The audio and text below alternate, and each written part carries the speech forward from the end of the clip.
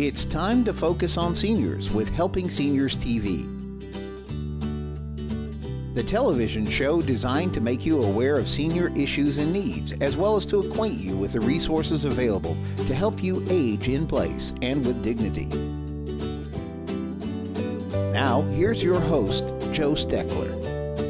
I'm Joe Steckler, and welcome to Helping Seniors, the television arm of Helping Seniors of Brevard County. Our show is designed to provide you with information on how to develop your own aging and care plans. Our topic today is Organized Creative Designs. And joining me is Carla Pickerill, our consultant and professional organizer for Organized Creative Designs. Welcome, Carla. Thank you. How are you? I'm fine. I'm fine. I got off to a rocky start this morning. Seems like the older, you're a nurse. Yes, So I am. I'll tell people what your background is before, and I'll let you talk about it a little bit. But maybe a nurse can recognize that sometimes that when you get older, sometimes these time changes and make it a lot harder to adjust the body. And while the mind picks up on things, the body just doesn't do it. I understand that. Okay. Yeah. I do. So what is your background, Carla? My background is I am a registered nurse, been a registered nurse for 35 years. Started at the bedside, of course, and then delve into discharge planning, which is now called case management in the hospital. I've done that for the last 20 years. And as you probably know, case management involves not only dealing with insurance companies, but also with discharge planning. So I would assist the physician and the family, along with the patient, in deciding on where to go, what to do after the patient's discharged from the hospital. Such as home health care or a skilled nursing facility, rehab facility, acute rehab facility, any kind of equipment that they would need at home, I would order. And I've done that for a very long time and decided it was time for a change. A question about, you lived in California. You did all that in California. Yes, I did. Did you do any of that here in Florida? No, I haven't. So you haven't. So you don't. Is there anything that would let you compare what you did in California to what is happening in Florida? Well, not really. Okay, I had a reason for asking it because I sensed that the way you said what you did, that you probably were a good case manager. See, yes. I feel I was. Okay, but there are case managers and there are case managers. Mm-hmm. The good ones know what happens to the patient. They follow up on the patient. So many case managers want to get the person out of the hospital. They just want to get them gone. They don't want to follow up and make sure they know what happens. And since I've been 38 years of military and then the last 27 years being in serving the care business, because my last job I came out of the Navy's retirement home. Mm-hmm. So I understand a lot about case management, hospitals. I ran one. So it's not easy. And being involved in the care business here, I heard you talk about assisted living, skilled nursing care and all that, understanding all these factors is extremely important. And I suspect, is that one of the reasons, did you form this company, Organized Creative Designs yourself, or is that a charter type thing? No, this is my own business. There's no chain, there's no Well, what gave you the idea to organize it? Well, I've always been extremely organized. I've been extremely task-oriented. And throughout the years, my friends told me that I had obsessive-compulsive disorder. So when I decided that I needed a break from nursing and I wanted to delve into something else, I decided to blend my organizational skills with my nursing skills. And I want to emphasize on the senior population. I've always been very, very comfortable dealing with that type of population. I started at 16 as a skilled nursing or a certified nurse's aide. My dad told me if I wanted to go into nursing, I had to start from the bottom. You had to go be a CNA first. I had to be a CNA first, so I started that and I worked weekends there. What did your dad do? My dad was a chief petty officer in the Navy and served in the Korean War. I ask one more question. What did he? Do you know what his rate was? I think he was a third class. No. I'm He not sure. said it was a payoff, but was he an engineman, radio? Do you know what area he worked in? Oh, he worked in the Seabees. My dad eventually became a mechanical engineer. Was he ever stationed in Port Hueneme? Yes, he was, actually. Right after him and my mother got married, they were there. Was he stationed in Mississippi then, in Gulfport? No, actually, he served on the island of Guam. In Guam? I've been there. It's an interesting. Did you live on Guam? No, it was way before I was born. Way before your time. Okay. But you know, the type of conversation we're having here, viewers like to listen to what people's background experiences are, because they all at the same time wonder, why did that person start what they started?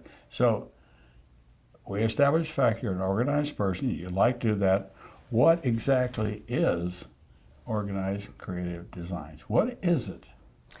Basically, it's a service that helps seniors basically achieve what they can't do themselves, and that is get organized. You know, as we live longer, we accumulate more and more possessions, we accumulate more and more paper, we accumulate more and more treasures, and what do you do with all of that? And what I'm finding in this business is that seniors get very overwhelmed with just the material stuff that they have. Right. And I don't know, it's probably generational, but they don't want to throw anything away. So what do you do then? Basically, I encourage and I help them decide what to keep, what to donate, what to give to family members if family members want anything, like treasures. And I can recycle, donate, and basically I just declutter the house and then implement systems in order to keep that clutter-free environment the same once I leave. Would you, as a matter of doing business, if somebody was old and frailer and they had a lot of stuff on the floor, oriental rugs, things like that, do you recommend that they remove things that are tripping hazards from your nursing experience? Absolutely. Absolutely. I also have 7 years of home health experience. So I'm used to being in a client's home and identifying the safety hazards that are in a home. One of the biggest risks that seniors have is the risk of falling. Right. And that's, you know, that's such a significant life change for a person. But how do you convince? I remember the guy that was the head of the Navy nuclear reactor program, Bruce Tamars, an admiral. Mm-hmm. And my wife and I were at a party with Bruce and his wife one time, and she was telling me how they finally downsized. They just bit the bullet and did it. And they got into an apartment because Bruce was traveling. He was in Washington, D.C., and they had her home in Norfolk, Virginia, and they just couldn't maintain that. But she said it was so, they thought it would be so hard to get rid of all this stuff. They found that once they started doing it and getting rid of the stuff and giving it to the children, it was a lot easier, but it made it a lot easier on the two older people. Oh. And at the time, they weren't old at all. Mm-hmm. But they recognized at a younger age that they needed to do that. Mm-hmm. I wish more and more people would do that, to be honest. I've just found that the older you get, the harder it is to give up that memory or that feeling of that particular possession. Yep. But I would think that if you do it the right way, you can help people keep the memory, but get rid of the possession. Oh, that's true. That's one of the secrets, I would think, that that you'd have to help them keep the memory, have them hold dear with their, and that's why some treasures would mean a lot more than others. I think, isn't part of your your degree of difficulty in your job is helping people decide which of the things mean less to them and which mean more? Yes, definitely, definitely. It's a long process. It can be, and what my business philosophy is compassion and caring, but also having assertive communication. Really asking the right questions to that person. Is this absolutely necessary for you to touch, hold, or can we take a picture of it and put it in a photo album? That would generate the same feeling and memory. You know, can you let the physical item go? Or can we take a part of that possession, such as a woman's wedding dress is very, very emotional, and you know, well, you probably don't know, but anyway, you know, you take a part of it. You take one of the you take a piece of it. You take the one of the appliques. You take the tiara that she had with her veil. You take her part of her bouquet. You take maybe the husband's boutonniere. I mean, all of this is saved. I know. I've seen it. No, I'm not laughing. And you put it in a shadow box and you put it on the wall. That's exactly what I was thinking. I've seen it done. I've seen it. The reason I got because I heard you. I was visualizing. I know exactly what you were going to say because I've seen this thing done. Mm-hmm. But people don't think about it. No. To do it. It's like taking a whole military career and condensing it to a shadow box this big. Mm-hmm. Duty stations, rank, and medals, certain badges, medals, and all accommodations. That stuff. Yeah. Mm-hmm. But you know, the biggest thing you have to decide then is which of the children are going to get that stuff. Yeah, that can pose a problem. That's the problem, isn't it? It can be. It can be a problem. What I suggest is that you ask the children what they want. You'd be surprised. I have had so many seniors say, my kids, my grandkids, they don't want any of this stuff. It's old, you know, and you'd be surprised. They want it. They want it because they remember grandma using it or mama using it. And that's a treasure to them. And every time they bring it out, that loved one that gave it to them is remembered. And that's what counts. You know what's strange about what you're saying is that the grandchildren, if more of you grandparents would be honest about this, and you sit and you ask your grandchildren, they will remember the things that you've had a long time and the things you just recently acquired.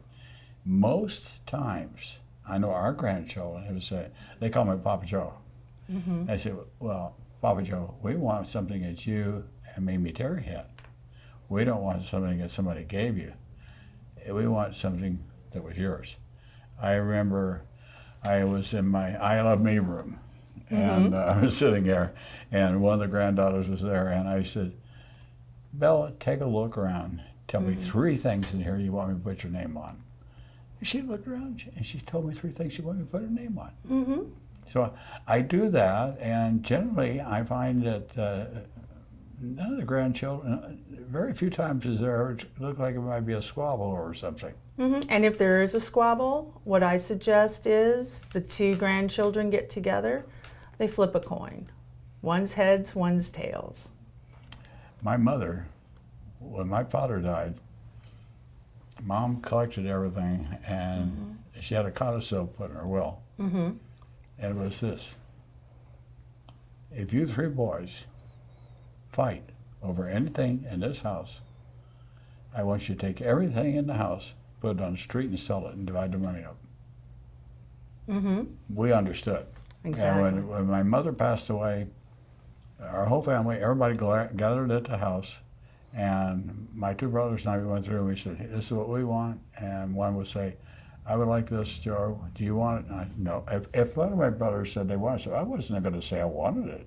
And the same thing with them. If I said I wanted it, they wouldn't say they wanted it. Mm-hmm. Mm-hmm. And so it worked out beautifully. Within 3 days, our family had cleaned the entire house out It was ready to be repainted, and it turned out one of the nieces bought the home.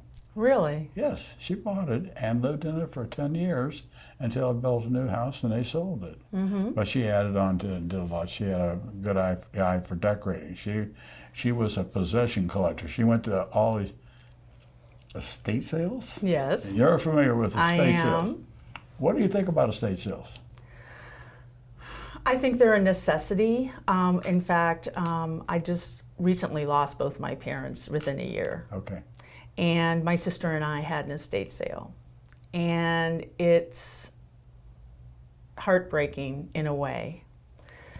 But we also helped a lot of people that didn't have the financial resources to purchase new. That's the way I looked at it. The few things that we had, my daughter and my nephew, I could not believe the things that they wanted when we were going through and purging my parents' house. My sister and I went through first, and then Bridget and Jared went through, and you know, my parents had I shouldn't say old, but they had colonial Ethan Allen dark cherry wood furniture in the living room.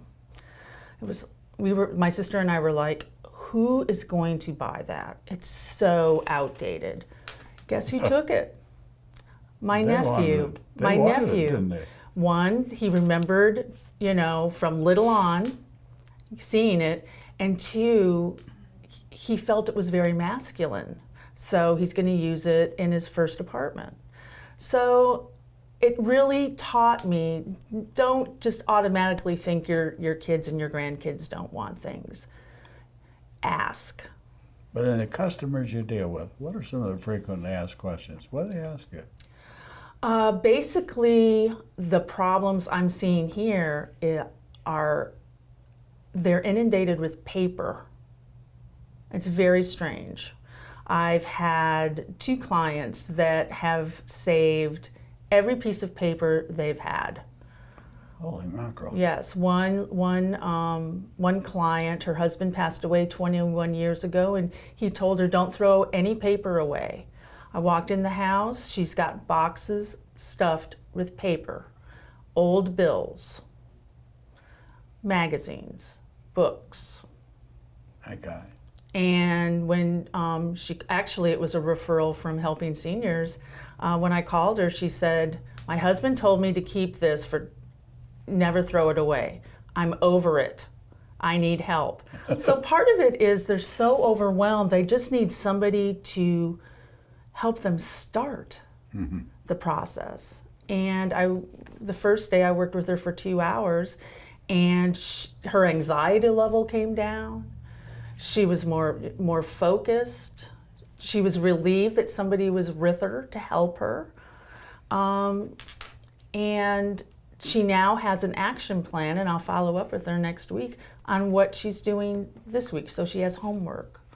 Do you find that you help people decide what is important to keep in the way of paperwork, what's not important? Yes, my other client that I have, she just recently lost her husband, and she was his primary caregiver for 3 years. Total care, 100%.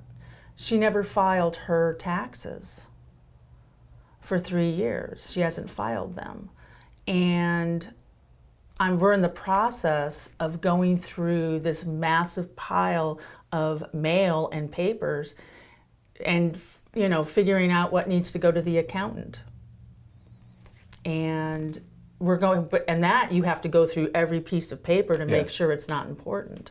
So, and she's greatly relieved. She said, I have a paper phobia. Every time I even think about it, I get a headache and I have to go lay down.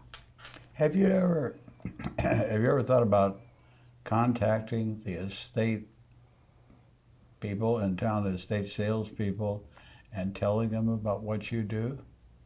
That's on my list to do. I have a list of all of them. Okay. And the reason I say that is because, I know several of them very well. And I've heard you express some things that they've expressed. And some of the families simply don't know what to do, and I'm sure that there are a lot of things, there are a lot of mistakes made simply because the estate salespeople are so inundated with all this stuff.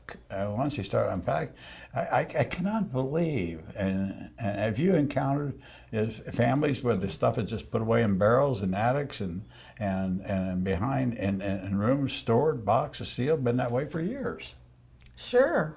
Yeah, and I've seen people put it in their garage and it's there for years and it's not under air, or for whatever, it gets water damaged, it gets mildewed, and they don't know what to do with it. So you started this business yourself? Yes. Are you have anybody working with you now? I actually am mentoring an occupational therapist student. I am. That makes sense. I understand how that could be very important because you mentioned occupational therapy. How about telling for our viewers what an occupational therapist does? Because most of them, they don't think it know. has to do with the workplace. You tell them it's different. No, an occupational therapist deals with the activities of daily living: cooking, bathing, dressing, and they primarily help you in your home.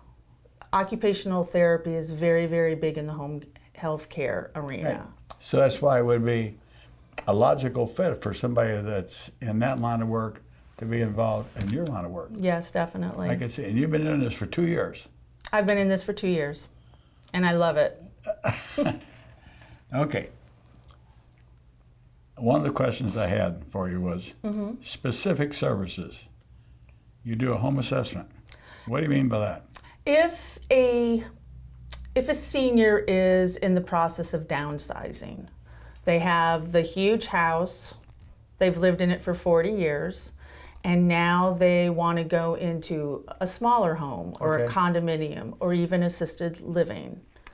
I would go in and look at both environments, the large house with all the possessions and the smaller house. I would take measurements of the smaller house, each room, and I would go back and ask the client, what furniture can you not live without? Like your bedroom set, a particular hutch, whatever. And basically I would go back and I would do a detailed floor plan. I have a computer program, and I would see if it would fit. Yeah. And then I would help them basically downsize their possessions in order for them to move. And I would develop storage solutions that would make their smaller environment safe. When you say storage solution, are you talking about if they want to store it for family members? There would be no reason to store stuff if it wasn't going to save it for a family member. Am I correct or not? What I'm talking about is so many times they want to have their treasures. Think about it. Okay. And so I would develop specific storage solutions like the shadow box for that. And I would also help decorate, and I would keep in mind the safety of that person. So it's kind of hard to explain because each situation is so different. It's not that hard to explain. How do you follow up though? What do you do when you follow up? When I follow up? See if what you said did fit? Oh, okay. Well, actually, I would probably come in after everything was in and do another assessment, and then I would offer suggestions on how to keep it neat and clutter-free. And then I would probably follow up, every couple of weeks, and then slowly taper down. And so that's where the word coaching comes in. Well, coaching is... You sort of coach them. I would coach them, yes. Some seniors, such as the lady who was saving all the paper because her husband said, She's very, very active. She just needed a place to start.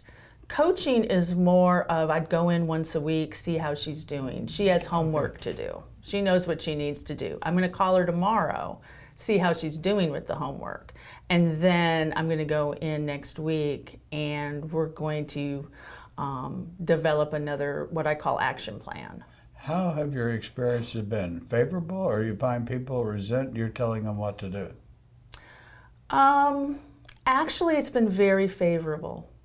And it's all in how you present it. Mm-hmm. Basically, I make suggestions.